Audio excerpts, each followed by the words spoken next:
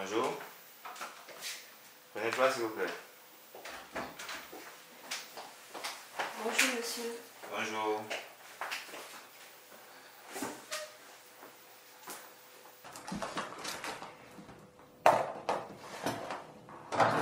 Bon, c'est comment les jeunes?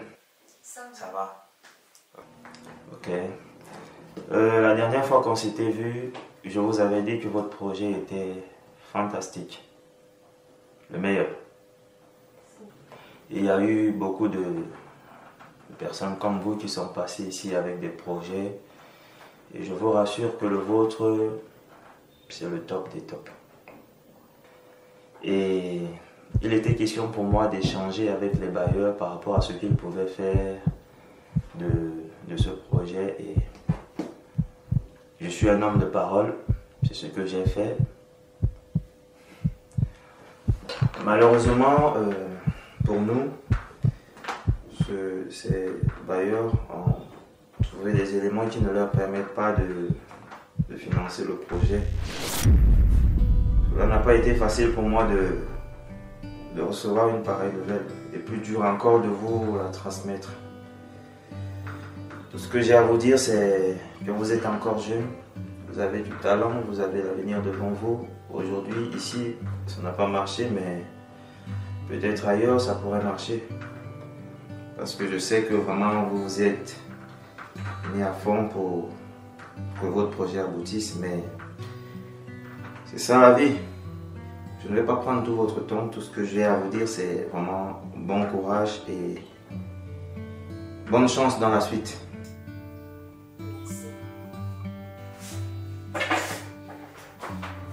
Merci. Merci. Bonne journée à vous également.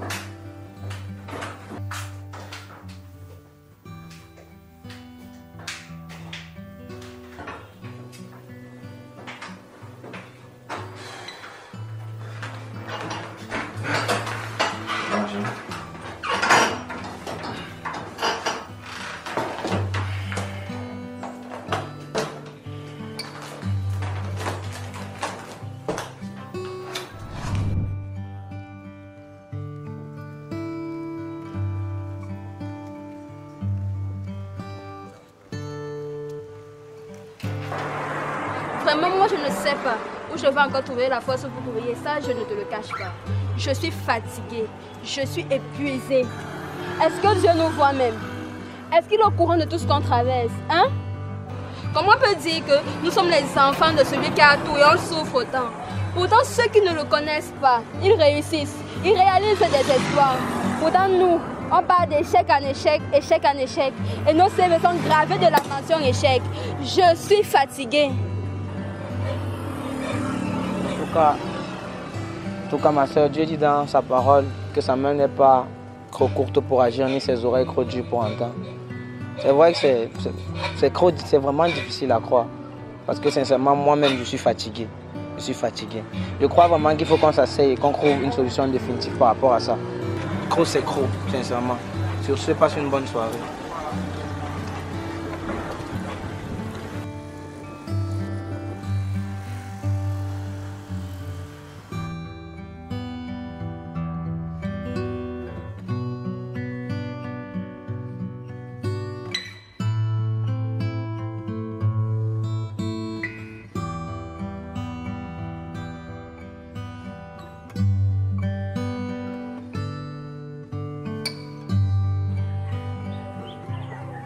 Cette affaire de Dieu, il faut vraiment que je trouve une autre solution.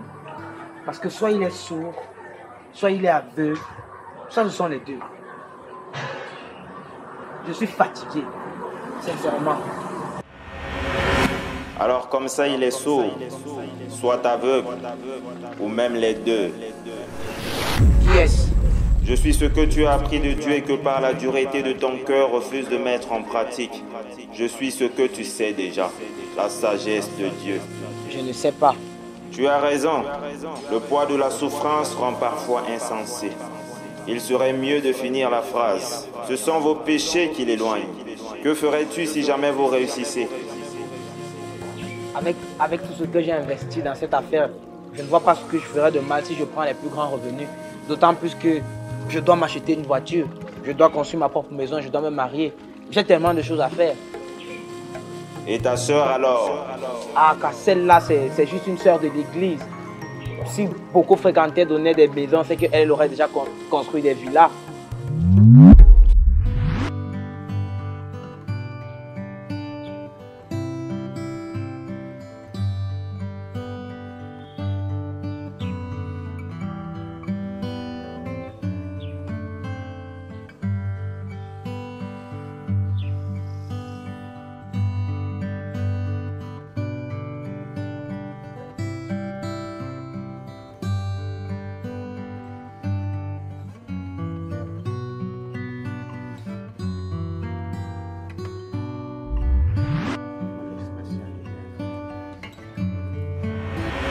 Alors comme ça tu es fatigué. Qui est-ce? Je suis ce que tu as appris de Dieu et que par la dureté de ton cœur refuses de mettre en pratique. Je suis ce que tu sais déjà, la sagesse de Dieu. Alors tu es Yabo. Dieu est au ciel. Il voit tout et connaît tout. Sais-tu qu'il voit ce que les autres ne parviennent pas à voir en toi? Quoi? Ton cœur. Oui, ton cœur. Et Dieu nous accorde le privilège de ne pas exposer le contenu. Tu apprécies la réussite des païens et remets en cause la puissance de Dieu pour quiconque s'attache à lui en esprit et en vérité. Que feras-tu en cas de réussite? J'ai beaucoup souffert dans ma vie, vraiment. Et je veux réussir, j'ai toujours voulu réussir. Parce que beaucoup m'ont méprisé. En plus, mes parents ont investi dans mon avenir. Et j'ai tout le potentiel pour réussir. J'ai toujours été la première de ma classe, la majeure de ma promotion. Et tout ce qui est écrit dans ce projet vient de moi. Et ton frère alors? Lui, c'est juste un frère en Christ. Et je suis avec lui parce qu'il a des moyens. Donc, dès que ça réussit, il prend sa part, je pose mes conditions et je vois ce que je fais.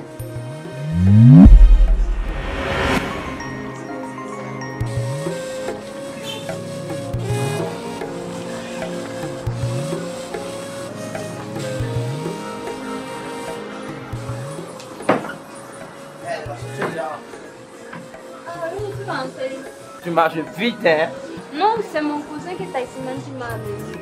Ah, d'accord.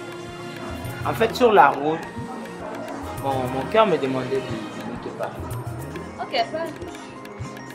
Tu sais, nous sommes des enfants de Dieu. Et Christ, c'est la vérité. Et Dieu nous demande de prospérer à tous égards comme prospère l'état de nos âmes. Et sincèrement, moi, je n'ai pas été pur avec toi. Je ne comprends pas, explique. La vérité, c'est que je n'ai jamais voulu partager quelque chose avec toi. Je voulais juste tirer profit de toi, étant donné que tu as l'intelligence nécessaire pour m'amener là où je veux. Je voulais juste me servir de tes connaissances pour pouvoir atteindre mes objectifs. Mais je n'ai sincèrement jamais voulu partager quelque chose avec toi.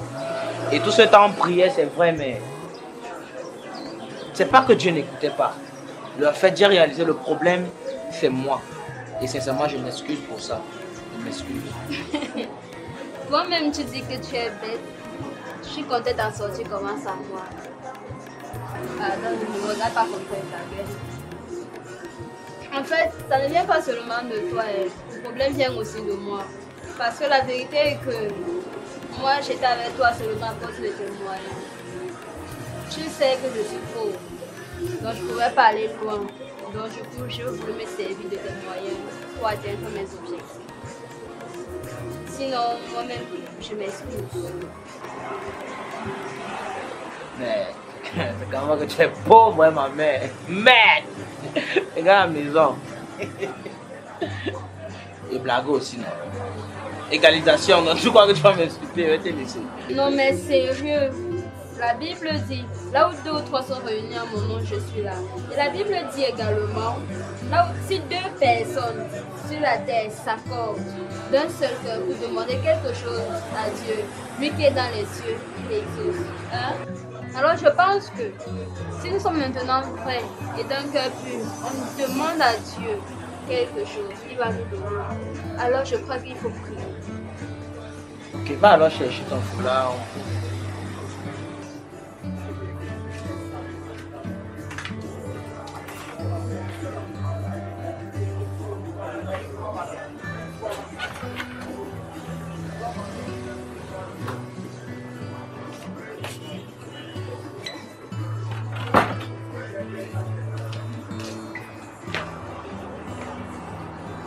Prie. Ok.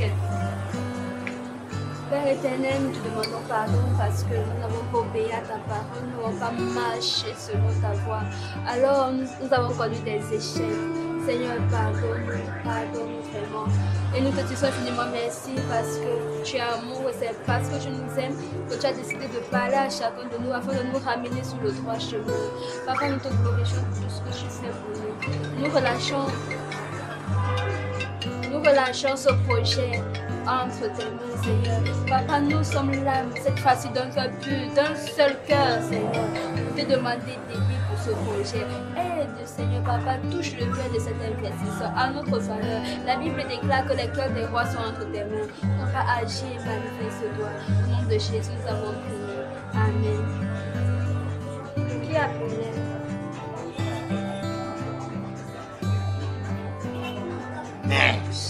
Quoi?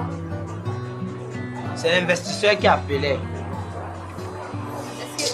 Est-ce qu'il va encore appeler? En tout cas, il ne faut pas t'inquiéter. On est en train de faire la volonté de Dieu. Voilà. Allô? Oui, oui.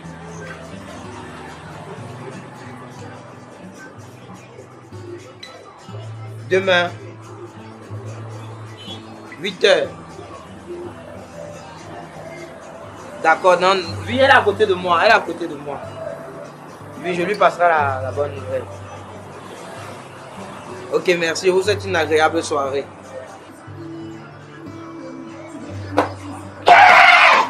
Yes!